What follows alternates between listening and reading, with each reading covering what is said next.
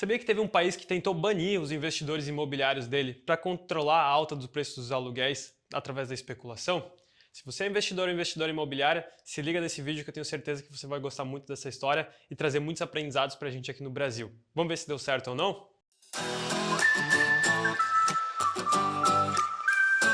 Bom, o que esse país passava é algo que acontece muito comumente aqui nas grandes cidades no Brasil nos últimos anos. Uma alta no preço dos aluguéis muito acima da inflação, como a gente vê em São Paulo e Florianópolis, por exemplo. Aqui a gente vê altas de 10, 15% acima do nosso IPCA e esse país também estava vendo altas acima de 10% do indicador de inflação principal deles. A diferença deles para o Brasil é que a inflação deles estava batendo em 5% ao ano, o que, numa máxima histórica para aquela região, era bastante alto, apesar de que para a gente aqui no Brasil esse é um indicador ainda bem baixo. E a ideia dos legisladores desse país foi de limitar o investimento imobiliário, colocando um teto na qual, abaixo daquele valor, não poderiam ser especulados, investidos imóveis para renda. O país em questão foi a Holanda, e o nome da lei é Opkoopbescherming. Tão difícil pronunciar quanto é difícil resolver o problema da alta de preços na habitação. Então, o grande objetivo dessa lei era desencorajar investidores imobiliários de comprarem apartamentos de valores baixos ou médios para evitar a especulação de aluguéis neles. Então, basicamente era assim: cada cidade definia se ela queria ou não aplicar essa lei e escolhia qual que vai ser o valor mínimo de investimento imobiliário. Amsterdã, por exemplo, a capital, definia um teto de 520 mil euros, ou seja, abaixo desse valor só poderiam ser comprados apartamentos quem realmente fosse morar naquele apartamento, proibindo para quem já tinha uma habitação e queria comprar aquele imóvel para viver de renda. Outras cidades como Utrecht, Den Haag e Roterdã aplicaram também essa lei com limitações diferentes, mas que variaram de 480 mil euros até os 520 mil euros de Amsterdã. Então, nessa tentativa de dar holandês aos especuladores imobiliários, a Holanda começou a limitar então o seu investimento e controlar de certa forma quem poderia ou não comprar imóveis em determinadas regiões.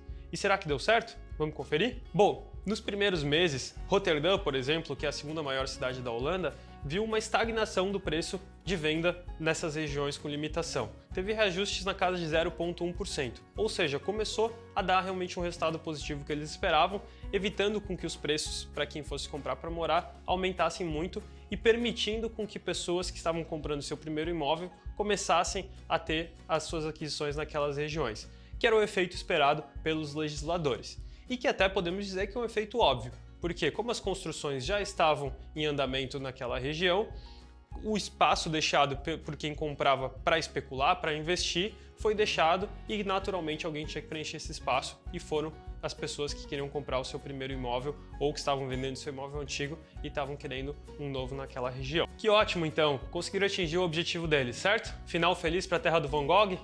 Mais ou menos, porque ainda vai ter o artista Van der Rohe para entrar em ação.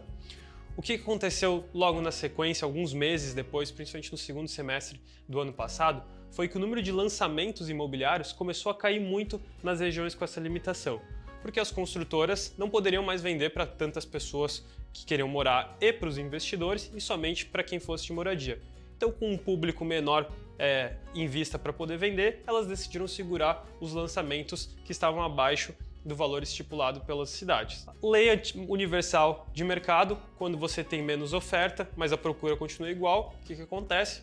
Os preços sobem.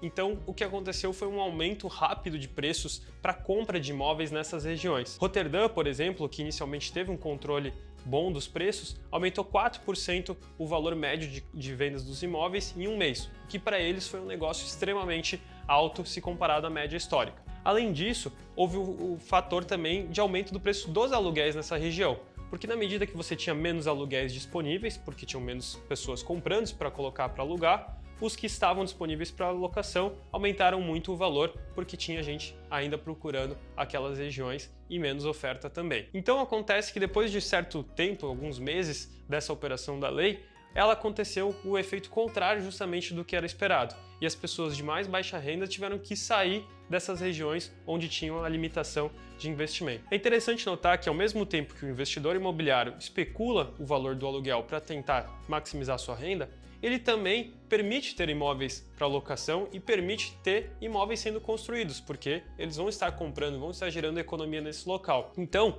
várias cidades ao redor do globo, não só na Holanda, não só na Europa, como também nos Estados Unidos, estão tentando controlar a especulação imobiliária, colocando leis e barreiras para o investidor imobiliário.